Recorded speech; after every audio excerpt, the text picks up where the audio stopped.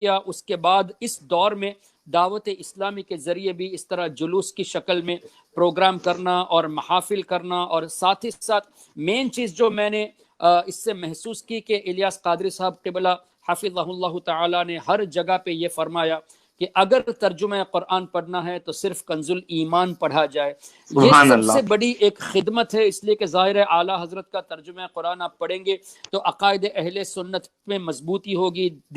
دیگر جو تراجم ہے جہاں غلط ترجمے وہابیوں نے، دیوبندیوں نے، اہل حدیثوں نے کیا، ان سب کا رد ہوگا، اور اعلیٰ حضرت کے ترجمے کے ذریعے ایمان کی مضبوطی ہوگی۔ اور ساتھ ہی ساتھ جو فتاوی رضویہ شریف کی ہمارے پاکستان کے علماء نے 12 جلدوں کو 30 جلدوں میں کیا، اس کی تراجم وغیرہ کے ساتھ، تخریج کے ساتھ، اس کو بھی آن لائن ورژن میں سرچبل کے حساب سے online version C D کے ذریعے سب سے پہلے میرے خیال سے کام کرنے والے دعوت اسلامی، اور اسی طرح ان کے ویب سائٹ میں دعوت اسلامی .net میں کئی ہزار کتابیں آپ پائیں گے، جس میں اعلیٰ حضرت امام احمد رضا رحمۃ اللہ علیہ کی،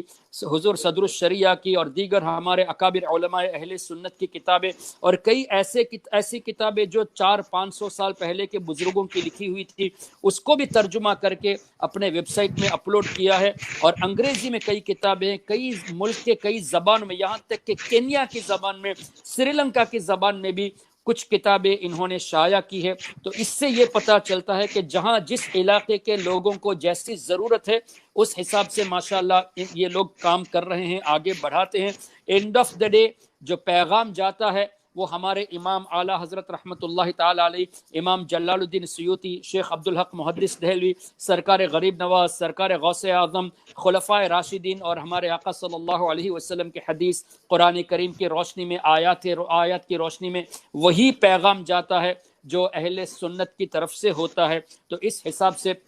ایک بہت بڑا کام حضرت مولانا الیاس قادری صاحب حفظہ اللہ کے ذریعے اللہ تعالیٰ لے رہا ہے۔ اللہ تعالیٰ ان کے عمر میں مزید برکتیں عطا فرمائے، مزید اس طرح خدمت کی اللہ تعالیٰ انہیں جذبہ عطا فرمائے۔ اور ماشاءاللہ ایک وقت ایسا تھا کہ ان کے پاس علماء نہیں تھے، یعنی یہ کہ علماء سے مشورہ ہونا ایک الگ بات ہے، لیکن ان کے مریدوں میں علماء کی کمی تھی، لیکن اس وقت ہزاروں کی تعداد میں علماء ہے، اور ماشاءاللہ حضرت میں عاجزی اتنی ہے،